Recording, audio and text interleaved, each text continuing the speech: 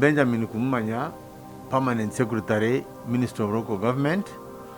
You are most welcome to be here to listen in to what the Minister of Local Government is. The Minister of Local Government has a very long history, but I want just to capture what has been happening from 1988.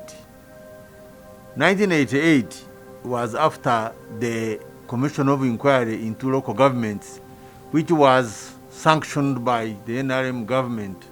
And this Commission of Inquiry was chaired by none other than Professor Mahmoud Mamdan, and it had a number of other professors, including our own former Prime Minister, the late Professor Alphonse Bambi, who was actually my lecturer in the class of political science at Makerere University, and he was also head of the department of that Department of Political Science and Public Administration. And there were many other professors who were on that task force, which produced a white paper, and this white paper is what led to the ushering in of the decentralization policy, which was approved by government in 1992, and the first law, the Local Government Resistance Council's statutory instrument number 15 was enacted in 1993. What did this mean? What this meant was that from now on, from 1993, local governments were empowered to take charge of running the affairs of the population. This was shifting from the area system where central government was the one responsible for a number of functions at the local government level. In that white paper, which is called, actually it's called Mamdan Commission Report, it was clearly pointed out that decentralization is the only solution to the problems of governance in the country because of a number of reasons, including the following. That the first one was that the central government was very far away. Imagine that time we used to sit in Uganda House, and I was privileged to be a staff of the minister at that time. But imagine a situation where policies and decisions are being made in Uganda House to affect as far as Naberatuk, Madiokoro, Kisoro, Ntoroko, Obusia. That was the current system that time. So it was actually concluded that the central government was far away, and therefore there was a need to empower the local governments where they are to take charge of the affairs that affect them. The other issue was that the central government is also under-resourced. Is under-resourced and has a number of constraints, and therefore decision-making would be longer, would take long to take decisions of the issues that affect the population. About 5 areas was decentralized. The first one was decision-making. The local government's statutory instrument empowered the councils to take decisions in their councils. And it put in place a structure whereby in every council there is an elected chairperson, and the chairperson would pick a vice chairperson and would also nominate secretaries. These secretaries would be responsible for sectors. You will find that there is secretary for social services, there is secretary for works, and a number of other areas. So it was agreed that the decision making is done at the local government level. The other areas was financial management, that they should manage their own budgets, they should manage their finances, they should take decisions to allocate resources to where their needs are most. The third area was planning, the planning function, that they should do the plans, that the planning unit of a district is a secretariat of a technical planning committee, which is chaired by the chief administrative officer and composed of the heads of departments at the local government level. I wish to emphasize that at the local government level, there are 9 main departments, all headed by heads of departments, and these are the rank of assistant commissioner or equivalent of those in central government. So that technical planning committee is a very powerful committee. It has really, if it is filled up, you have 9 professionals at the rank of assistant commissioner, and they can sit together and approve and process plans which will have to go to council for also approval that they are on the needs and the issues affecting that local government. The third area was fourth area was human resource management, where local governments were empowered to recruit their own staff. Today, other than the chief administrative officer, his deputy, and the town clerk, all the other staff are recruited in each district by a district service commission, which is approved by the council of that district. And the other area which was decentralized was the area of registration, to empower local governments at the district to make ordinances, and at the lower level to make bylaws to manage and operationalize the other bigger laws of the country. So you can see this was a whole well thought out empowerment process that was empowering the people of Obonji, the people of Karachi, the people of Kaparabiong, the people of Kamwenje, the people of Burambuli to sit and govern themselves and take decisions and make plans and approve budgets that are needed or are necessary for the governance and service delivery of the local governments. Now, another reform that came up was the whole, I normally call it an infrastructure. There is a whole infrastructure from the district to the village which is connected. For example, in every sub-county, you have councillors being elected from every village, every parish. So parish elects councillors who will go to form a sub-county council, and at the sub-county council, they have a chairperson, they have an executive committee, and they have the council. At the district, you have councillors elected from the sub-county, and they are at the district level. And most importantly to note about this infrastructure, which I'm very passionate to talk about, is that everybody is inclusively involved in that infrastructure. Because you have directly elected councillors, you have women councillors who are elected to represent particular electoral colleges and constituencies. You have youth councillors who are 2, one is a female, one is a male. You have councillors representing the elderly, and also those have a male and a female. And then you have councillors representing the disabled, and those also have a female and a male. Now look at this kind of infrastructure. You have directly elected people, you have the youth councillors, you have the elderly, you have the disabled, and they are all together to talk about issues affecting their area, to talk about issues which are affecting Ntoroko district. And they are from Ntoroko district, and they are elected from the sub-counties of Ntoroko district, and they are representing the youth of Ntoroko district and the elderly, and they are talking about the development and service delivery of Ntoroko district. Then there is another interesting element in that infrastructure, the parish and village executive committees.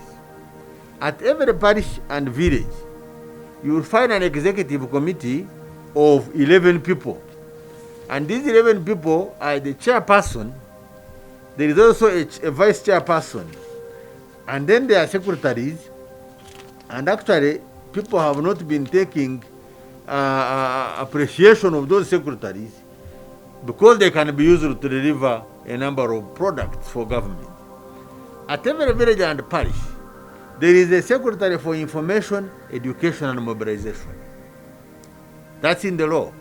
And if everybody went and has something to do in the countryside there, in the local government, in a parish, in a village, all you need is to get in touch with the secretary for information, education, and mobilization to be able to help to take over propagation, communication, or dissemination of any important government program.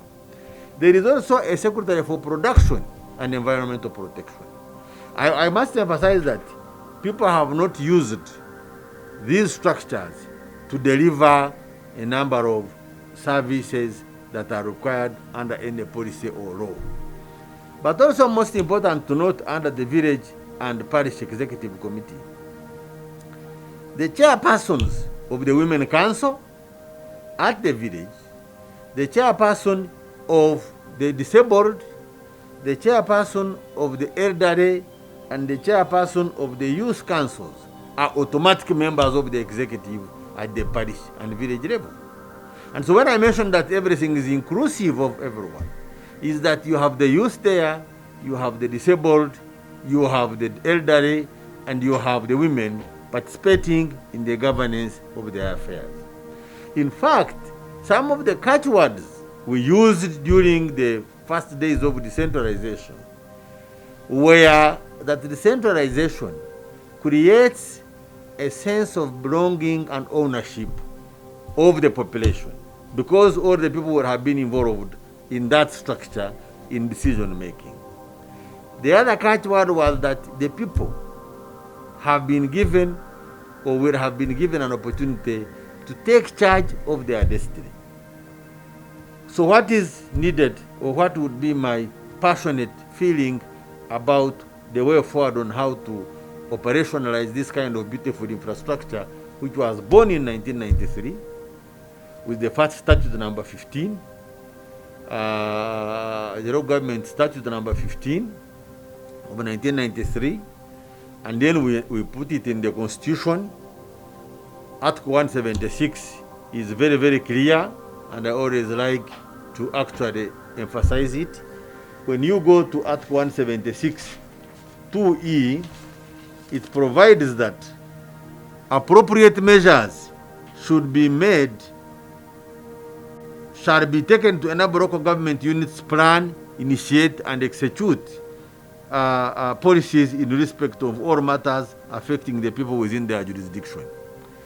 This clause or sub-article of Article 176.2 puts a burden, a responsibility, an obligation on me and you, on all government agencies, on all stakeholders, that we need to take measures to enable, to support, to help the local governments be able to initiate, plan, and execute policies. And if a constitution says something. So my message is that all of us should support decentralization, all of us should support local governments, all of us should actually be in line and consistent with the constitutional provision to support local governments. Let's not try to take away some responsibilities. Let's not reduce the powers of people in Nabratuk district, in the Karachi district, in Toroko district, because we are so far away and there is no way we shall have resources, both time, financial, and human, to go and be able to direct business in Namayingo district, or Karangara, or Chikube. Also, D of 2E of 176, D of 2, provides that there should be, for each local government, a sound financial base. I think we have done a disservice to local governments because we have not made policies that facilitate a sound financial base for local governments. So after putting this in the constitution, as I have been citing Article 176, then we went ahead and enacted Act number 1 of 1997, and several other legislations have been made empowering and strengthening local governments to take charge of their destiny. Now let me just touch about some fascinating history of how this local government ministry has been operating. In the 1990s, the local government ministry had a number of departments. There was a roads department for district and urban roads. There was a primary education department. There was a community development department and a primary health care department. And at that time, there was smooth connectivity between the center and the local governments, because the local government directly links with our chief administrative officers, with our town clerks, and the elected leaders. Now, there was a restructuring which now said, it's okay, we don't need to have these departments, let them go back since we are decentralizing. Let us strengthen the Department of Health, the Department of Works at the district level.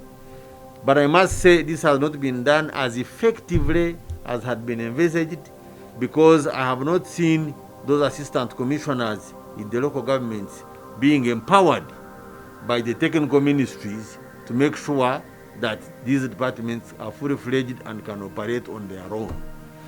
This doesn't make sense for us to continue trying to manage business in Wundujo district from Kampala.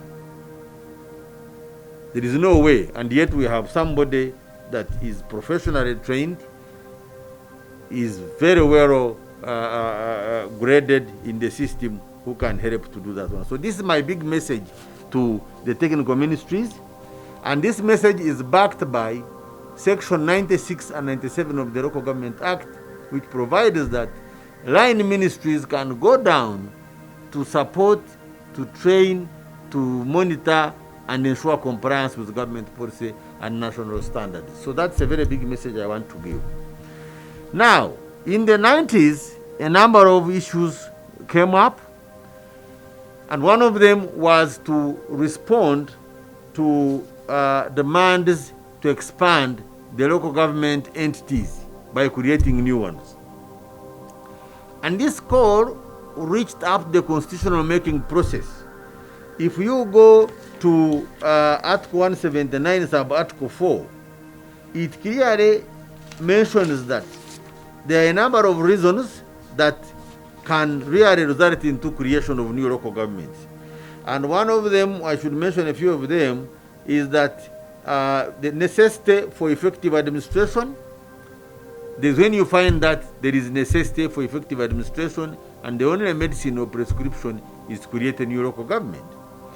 The other one, they need to bring services closer to the people, where the center of service delivery is far away, and you find you have to really create a new unit so that you can be able to reach those people in those areas.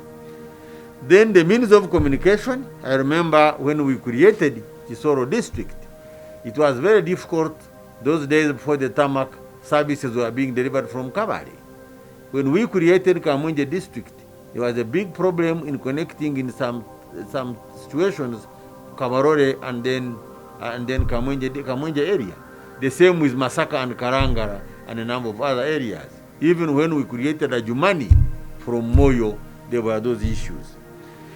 And then also geographical features, population density, and then during the 1995 constitutional making process, it was also emphasized that wishes of the people concerned.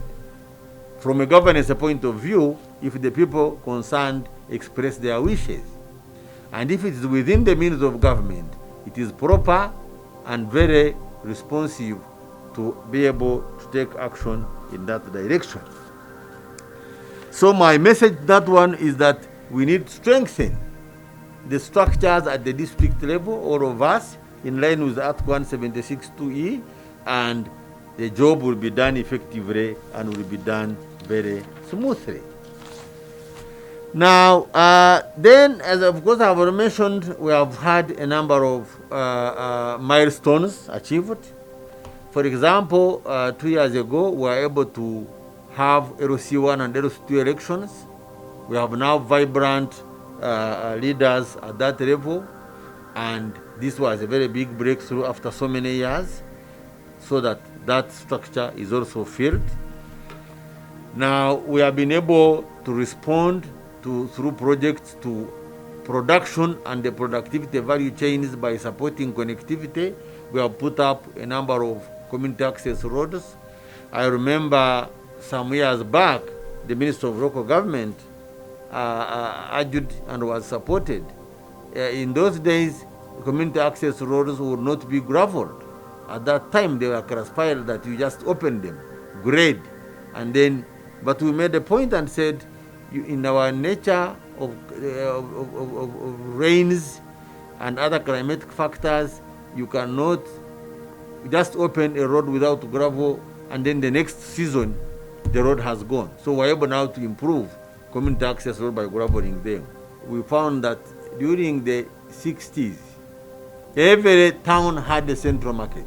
But over the time, these central markets really had gone to waste, and they were no longer in the right shape for our vendors. And yet these vendors are a source of revenue, but as well also these are our people who need to be given the environment to work in. So we have been having a huge program of putting up urban markets. In the first phase, we put up 9 markets. We have now put up 12 markets. And these markets have been commissioned recently. They are state-of-the-art markets. They have all facilities, including some new innovations, like the one we commissioned yesterday has, in addition to a daycare center for the babies of the vendors, has a facility for a nursery so that the vendors can have their young children who are at the age of going to nursery, have a nursery facility within the market. And currently, in addition to the 12 markets we are doing, we are putting up 3 high-level value addition facilities in Busia, Arua, and Soroti. And recently, when I was in Arua, I was excited where I saw a bag of grain coming in, and it goes through the system, and you get a bag of flour at the end of the system, very clearly labeled, so that a food chain from grain to flour can be done in one point. And of course, people have mentioned that it has addressed a number of issues. In addition to the 12 markets we are doing, we are going to design another 18 markets. That will bring the total to 39 markets. And that's a huge impact in terms of socio-economic transformation of the vendor community, but also putting in place an environment to our people. Now, the ministry has also now got involved in creating local economic units or bases at the local government level, because we have already addressed the governance issue. As I said, that you have everybody in the governance infrastructure. So right now we are creating local economic development bases in every local government. We are also implementing the program for industrial hubs. We are already doing 20 in 20 zones, and these industrial hubs have 4 components. The first component is skilling of the young women and men who are not employed elsewhere, to skill them in about 9 areas like carpentry, confectionery, block making, weaving, knitting, etc. That's one component. The second component is to have 2 agro-processing facilities in each region, which are talking the production pattern of the region. If an area is producing coffee and maize, we'll put agro-processing facilities for coffee and maize. If it's doing milk, we'll put a dairy.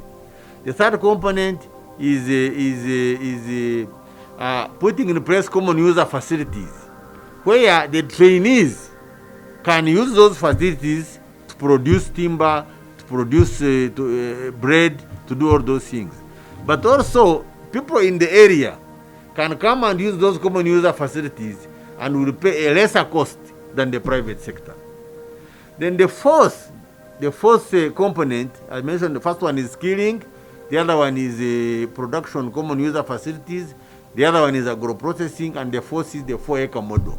So we are going to have these demonstrated in each of the 20 zones in the country. So now what I want to mention is that the decentralization offers the most appropriate opportunity to involve all Ugandans in governance, to facilitate all Ugandans to be involved in local economic development, and to respond and reach the people wherever they are, whether they are in Kwanya or whether they are in Obonji or any other part of Uganda. And the ministry is determined, committed, dedicated, and ready to steer forward this mission, to carry forward this agenda, and to inform everyone on how best we can utilize the decentralization structure to respond to the people of Uganda to empower people of Uganda, to support and facilitate people of Uganda to be able to join the socio-economic transformation agenda. And I think we are ready to support everybody, we are ready to work with everybody, and we appeal to people. Because you can't reach everywhere, we appeal to people to now get in touch with our people, our ministry, and we are able to work together by informing them, by passing on the relevant message, by being able to also receive products from other MDAs which can really support our people to be able to take shape of their destiny, take charge of their destiny, and have a strong sense of belonging and ownership, which was one of the dreams that we were doing in 1993 when we started decentralization. So as a ministry, we are happy to carry this mantle, and we have both the capacity and the ability to carry forward this agenda. So I want to appeal to everybody that let's fight together, let's listen, let's not make arguments and debates about COVID, but let us listen for guidance from the relevant people, and let us contribute in fighting the spread of COVID, and that's when we shall be able to make a breakthrough at an appropriate time. We must struggle hard to make sure that we do what it takes so that by the time the vaccine comes, we will have really helped the people. And I want to make an appeal to the leaders. Leadership comes from God. So I want the leaders to have even an extra mile of protecting themselves and other people, but also on guiding the other members of the population to join in and contribute in fighting the spread of coronavirus 19. I thank you very much, UBC, to host me, and I want to appeal that periodically I'm ready to be hosted so that I can be able to communicate some of the strategic positions that we take as a ministry to serve our population. I thank you very much for this interview.